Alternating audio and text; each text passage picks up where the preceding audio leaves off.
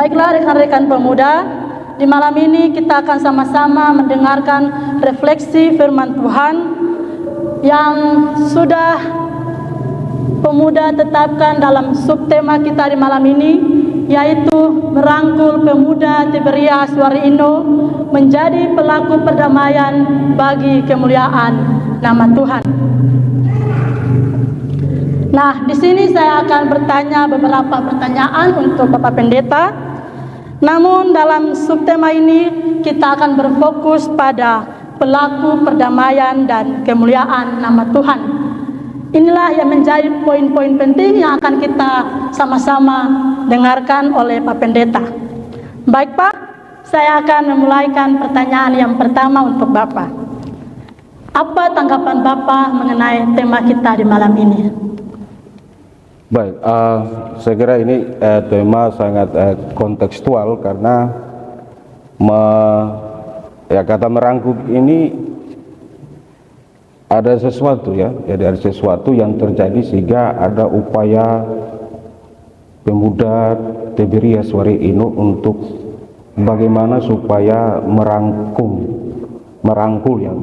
pemuda sehingga supaya ada potensi pemuda Tiberias Warino, potensi apapun itu bisa digunakan atau ditampilkan untuk kemuliaan nama Tuhan.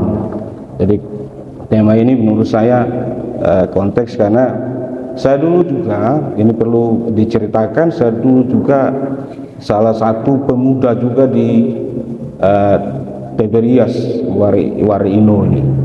Saya dulu kuliah di sini tahun 2004 sampai tahun 2009 dan saya terlibat aktif di pemuda.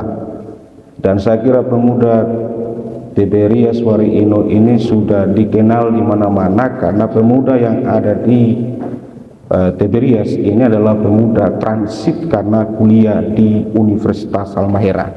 Mungkin demikian. Baik, terima kasih Pak. Jadi Bapak ini juga pernah menjadi pemuda dalam bagian kami Tiberias Warino. Iya baik Pak, terkait dengan tema kami di malam ini, bagaimana kita sebagai pemuda yang juga sebagai pelaku perdamaian dapat mengintegrasikan nilai-nilai agama dalam upaya perdamaian Pak. Baik, saya kira ini pertanyaan kritis dan kita tidak mudah untuk menjawab atau seperti membalik telapak tangan terhadap dinamika sosial kita di akhir-akhir ini. Ada banyak pengaruh budaya-budaya luar atau perkembangan teknologi dan informasi ini membuat kita kadang lupa jati diri kita sebagai anak-anak Tuhan. Karena kadangkala orang lebih mementingkan sesuatu yang didapat secara cepat daripada atau didapatkan sesuatu melalui proses-proses. Nah, kita contoh memang sekarang ini PGI atau Persekutuan Gereja-Gereja di Indonesia juga menggumuli bagaimana umat, terlebih khusus pemuda juga harus menggunakan media sosial itu secara tanggung jawab. Bagaimana kita menggunakan media itu secara tanggung jawab? Karena media itu kalau kita tidak menggunakannya tidak tertanggung jawab, maka ini berdampak pada efek-efek negatif. Ada ujaran kebencian, ada berita-berita hoax. Jadi kita kadangkala menggunakan media sosial juga, ada berita-berita yang belum dibaca secara baik kita sudah sebarkan. Mungkin berita-berita itu memiliki makna yang negatif, kita yang jadi pelaku penyebaran hoax atau berita-berita bohong. Itu juga salah satu himbauan PGI dalam Natal, menyambut Natal 2023 ini. Hati-hatilah menggunakan media sosial, apalagi dalam konteks 2024 itu kita berhadapan dengan politik nasional. Begitu. Iya, rekan-rekan pemuda, jadi dalam mengintegrasikan nilai-nilai agama tentunya ada tantangan tantangan yang akan kita hadapi. Apa yang disampaikan oleh Bapak bahwa ternyata tantangan salah satunya yang menjadi tantangan dalam kita mengintegrasikan nilai-nilai agama, yaitu bagaimana kita menggunakan media sosial dengan baik dan dengan penuh tanggung jawab. Ya, baik Pak. Selanjutnya, menurut Bapak, apa kaitannya perdamaian dengan kelahiran Yesus yang sekarang kita rayakan dalam ibadah Natal ini? Baik, saya kira dalam konteks kelahiran Yesus pada dunia Palestina itu banyak atau sejarahnya panjang. Memang orang-orang Yahudi pada saat itu memang mengalami penindasan oleh bangsa Romawi. Jadi kalau kita bicara panjang lebar, nah kita sedikit menyinggung sejarah bagaimana Yesus hadir di sana atau Yesus hadir di dunia Palestina. Yang pertama, memang orang Israel itu mengalami perpecahan kerajaan selatan dan utara. Nah, di masa kepemimpinan Daud sampai ke Salomo. Nah, Salomo selesai, itu masa panjang sekali, prosesnya panjang sekali sampai ke Yesus. Dan karena proses panjang itu dari Daud ke Salomo dan dari Salomo atau Daud ke Yesus itu ribuan tahun. Dan harapan orang-orang Israel pada saat itu bahwa kepemimpinan atau nanti kalau orang yang pimpin dorang itu tidak kalah dengan Daud dan Salomo. Dan harapan itu berbanding terbalik ketika harapan orang Israel Mesias atau raja yang akan datang menggantikan posisi seperti Daud dan Salomo itu harus memiliki pasukan yang kuat dan lain sebagainya. Tetapi yang datang ketika itu adalah Yesus yang lemah lembut, bukan seperti yang diharapkan oleh bangsa Israel. Nah, ini pertentangan itu. Orang yang datang itu sudah dinubuatkan oleh nabi-nabi perjanjian lama, ternyata yang datang adalah Yesus yang konsepnya terbalik gitu. Yang diharapkan memiliki pedang dan pasukan, yang datang hanya membawa kabar sukacita. Kekerasan dilawan dengan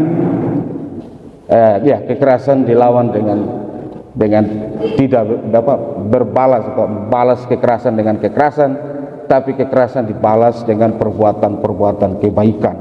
Nah, Yesus tunjukkan di situ. Apa kaitannya?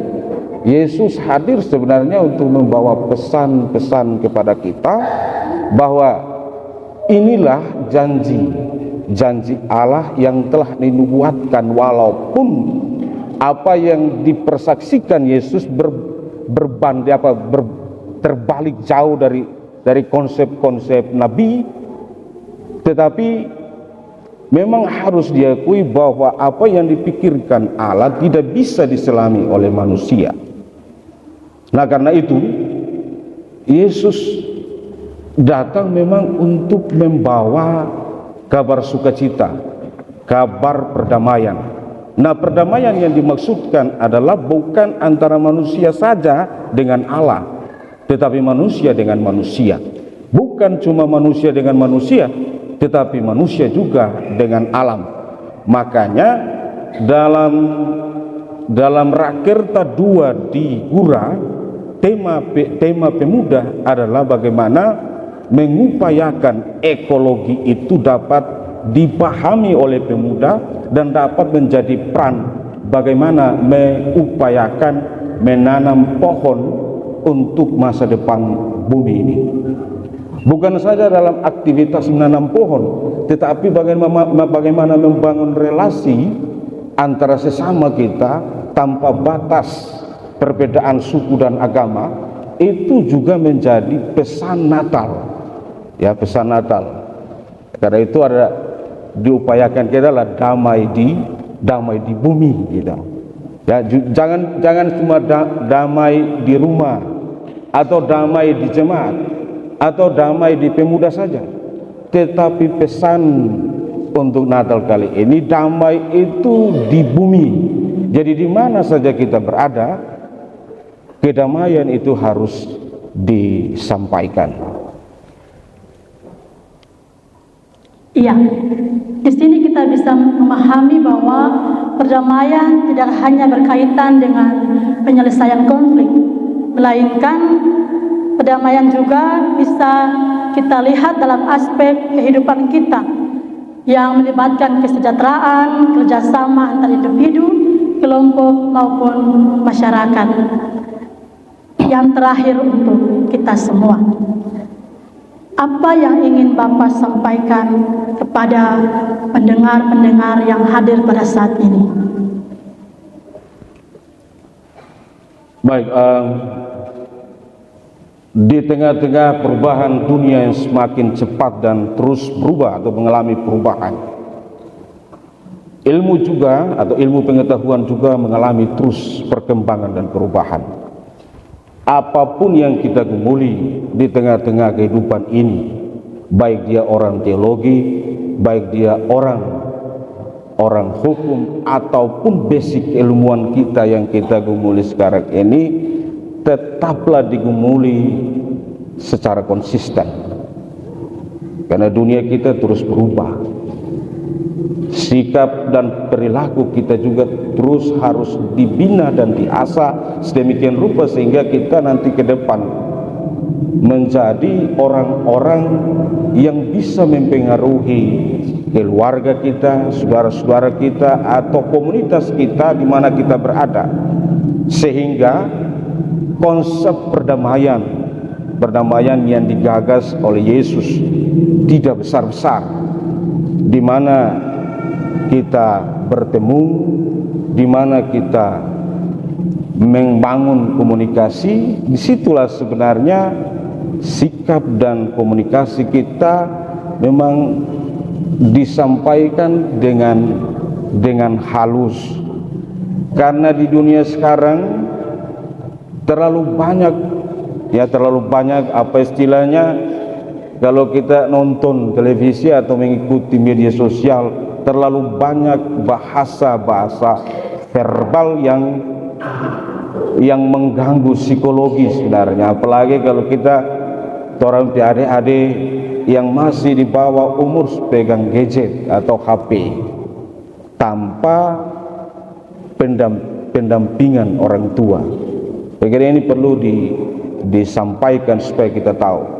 Bukan saja tompe adik-adik yang masih umur 9, 10 tahun atau 11, tapi pemuda khususnya.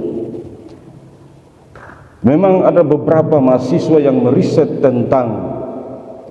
atau buat penelitian di jemaat-jemaat. Kendala pemuda saat ini adalah bahwa dorang itu banyak alasan untuk bersekutu seperti ini. Alasan-alasan yang dikemukakan adalah salah satu apa istilahnya, ibadah itu tidak bermanfaat. Nah, kalau pemuda di tingkat pemuda gemi di zaman ini saja sudah menganggap bahwa ibadah itu tidak memiliki manfaat, bagaimana nanti ke depan 10 tahun atau 20 tahun ke depan, generasi berikut apalagi yang akan dikemukakan? Mungkin saja ibadah sudah bukan jadi kebutuhan untuk pemuda Kristen. Nah, inilah tanggung jawab kita bersama. Jadi saya selalu bilang dalam pimpinan-pimpinan pemuda, karena saya sebagai ketua bidang pemuda Gemi, saya selalu bilang bahwa gereja yang meninggalkan pemuda, maka siap-siaplah gereja itu akan musnah. Jadi apa yang sekarang kita upayakan, dan saya kira saya apresiasi sekali apa yang dilakukan oleh pemuda Tiberias, sehingga pesan-pesan Natal walaupun orang sedikit, tapi kalau ini disebarkan di YouTube, saya kira banyak orang akan lihat. Tapi bagi saya, kita jangan juga berbangga hati. Kita tetap bersyukur bahwa apakah kita akan menjadi agen-agen perdamaian di dalam kehidupan orang sehari-hari, ataukah nanti bahwa ketika pulang dari sini kita bukan lagi agen. Hari ini karena di gereja kita bicara agen perdamaian, atau bagaimana supaya saling mengajak untuk merangkul, tapi cuman di bahasa. Tantangan kita di Wariinu itu cukup banyak juga. Saya tidak tahu di tahun ini, tapi saya ketika masuk tahun 2010 itu Wariinu itu dicap merah oleh Kapolres, yaitu kasus-kasus yang terjadi atau kekerasan terjadi di sini. Nah, karena itu saya kira disinilah tempatnya kita menggagas bagaimana supaya pemuda ini atau pemuda gereja ini betul-betul memiliki integritas lewat kegiatan-kegiatan atau pembinaan-pembinaan seperti ini. Mudah-mudahan ke depan, karena ada program pemuda tentang pembinaan ataupun pelatihan-pelatihan kepemimpinan, bisa diimplementasikan bahkan di sini di Wariinu, jemaat khususnya di jemaat Tiberias. Kita doakan bersama, karena upaya perdamaian tidak dapat diwujudkan kalau tidak dibangun berdasarkan kesadaran. Demikian.